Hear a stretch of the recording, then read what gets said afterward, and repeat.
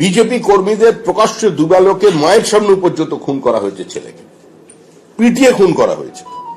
এখনো আমাদের বহু কর্মী ওখানে বাইরে আছেন, তাও বিজেপি কে তুলে দিতে পারেনি। সীতাই শীতলকুচিতে যে ঘটনা ঘটেছে সর্বজনবিদিত। আর ডায়মন্ড হারবারের ডায়মন্ড চক, আমাদের সর্বভারতীয় সভাপতি জেপি নাড্ডার গাড়ির উপরেও পাথর ফেলা,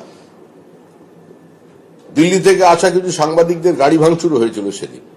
তো স্বাভাবিকভাবেই যেখানে যেখানে বিজেপি শূন্য করে দেওয়ার চেষ্টা করে, বিজেপি প্রার্থীকে গণনা কেন্দ্রের মধ্যে পিটিয়ে খুন করা হয়েছিল, কিন্তু দীর্ঘদিন ধরে চলছে। তো সেখানে প্রক্রিয়া গাফিলতি থাকবে না, সেখানে প্রক্রিয়াটা ওইভাবে চালিয়ে নিয়ে যাওয়া হবে, সেটা ওদের বিষয়। সিএর মাধ্যমে নাগরিকত্ব পেল মেমারিতে 21 জন, সিএর মাধ্যমে নাগরিকত্ব পেয়েছে।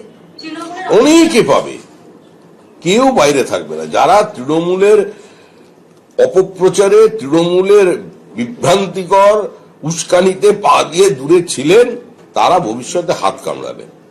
দেশে থাকলে দেশের নিয়ম মানতে হয়। 6 মার্চ থেকে ধর্নায় বসছেন মমতা বন্দ্যোপাধ্যায়, 8ই মার্চ রাজ্যে আসছেন মুখ্য নির্বাচন কমিশনার। এর আগেও দিল্লিতে গিয়ে প্রতিবাদ জানিয়ে এসেছিলেন মুখ্যমন্ত্রী, এবার সরাসরি কলকাতার রাস্তায় বসে পড়ছেন, ফের সে ধর্নার রাজনীতি শুরু করছেন মুখ্যমন্ত্রী। দেখুন, মুখ্যমন্ত্রী ধর্নার রাজনীতি শুরু করবেন কি মুখ্যমন্ত্রী ম্যারাথন দৌড়ের রাজনীতি শুরু করবেন, এটা মুখ্যমন্ত্রীর ব্যাপার। আর উনি তো এরকম করে থাকেন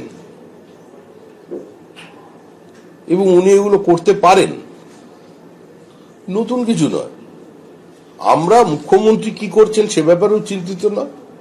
আমাদের বক্তব্য একটাই, যে আমাদের যে ফর্ম 7 গুলো বেআইনিভাবে পুলিশ বাজেয়াপ্ত করেছে, তৃণমূল কংগ্রেস আগুন লাগিয়েছে, কর্মীদের মারধর করেছে, ফর্ম 7 যারা জমা দিতে পারেননি, আর আমাদের জেনুইন ভোটারকে বিজেপির নাম ব্যবহার করে যেভাবে তৃণমূল কংগ্রেস ভোটার লিস্ট থেকে বাদ দিয়েছে, সেই শুনানিগুলো সম্পূর্ণ না করে পশ্চিমবঙ্গে নির্বাচন করা যাবে না।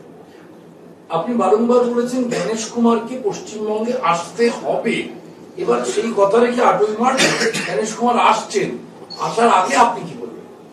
না, আমি তো প্রথম দিন থেকে বলে এসেছি জ্ঞানেশ কুমারকে দিল্লিতে থাকলে হবে না, কারণ 12 রাজ্যে এসআইআর চলছে, তার মধ্যে ব্যতিক্রম পশ্চিমবঙ্গে। এত হল্লা কোথাও নেই, এত মৃত্যু কোথাও নেই, এত আক্রমণ কোথাও নেই, কোথাও বিডিও অফিস ভাঙচুর নেই, কোথাও টায়ার জ্বালিয়ে রাজপথ অবরোধ নেই, কোথাও ফর্ম ছিনিয়ে নেবার ঘটনা নেই, পুলিশের ফর্ম বাজেয়াপ্ত করবার দৃষ্টান্ত নেই।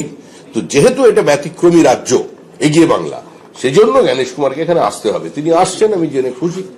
তিনি দেখবেন।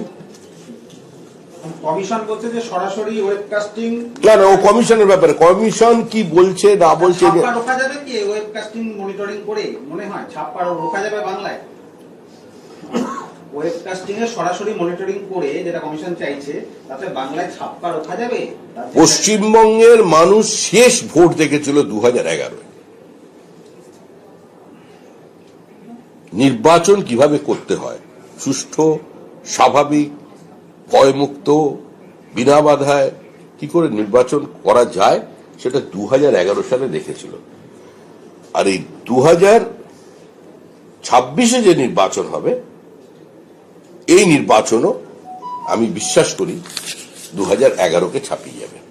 মানুষ ভোট দিতে পারবেন, নির্ভয়ে ভোট দিয়ে বাড়ি ফিরতে পারবেন, এবং ভোটের ফল গণনার পর যে ভোট দেননি সেও বাড়ি থেকে বেরোতে পারবেন, এবং যে ভোট দিয়েছেন বিজেপিকে সেও আবির খেলতে পারবেন। খামেনেই মৃত্যুর পর 4 দিন কেটে গিয়েছে, ইরানের সুপ্রিম লিডারের মৃত্যুর পর 4 দিন কেটে গেলেও ভারতের তরফ থেকে কোনো বিজ্ঞপ্তি না দেওয়ায় বিরোধীরা সরব হচ্ছে যে বিশ্ব। এর উত্তর একমাত্র বিজেপির কেন্দ্রীয় নেতৃত্ব এর নিয়ে প্রতিক্রিয়া দেবেন। আমাদের যারা আন্তর্জাতিক মানে ঘটনা প্রবাহের যারা বিশেষজ্ঞ আছেন তারা দেবেন। আমি ছোট মানুষ, আপনি খালি এইটা, আমরা অন্য বিষয় নিয়ে চিন্তা করছি। এই যে তৃণমূল কংগ্রেসের এত মানুষ খুন হয়ে গেল, এই যে এ রাজ্যে মরছে মুসলমান, মারছে মুসলমানের যে পরিস্থিতি, এখানে কোথাও খোমেনিও নেই, কোথাও ট্রাম্পও নেই, কোথাও নেতানিয়াহু নেই। এদের কি হবে? 40,000 ওএমআর সিট, এই যে পরীক্ষার্থী, সেটা হারিয়ে গেল, সেটার কি হবে? স্কুল বন্ধ হয়ে যাচ্ছে, সেটার কি হবে? এই যে বিভিন্ন জায়গায় এসআইআর এর নামে আক্রমণ হচ্ছে, বিজেপি কর্মী খুন হচ্ছে, তৃণমূলও খুন হচ্ছে তৃণমূলের হাতে, এই বিষয়গুলো নিয়ে আমরা এখন চিন্তা করছি, ওগুলো নিয়ে আমরা পরে ভাববো, আর ভাবার জন্য আলাদা লোক আছে।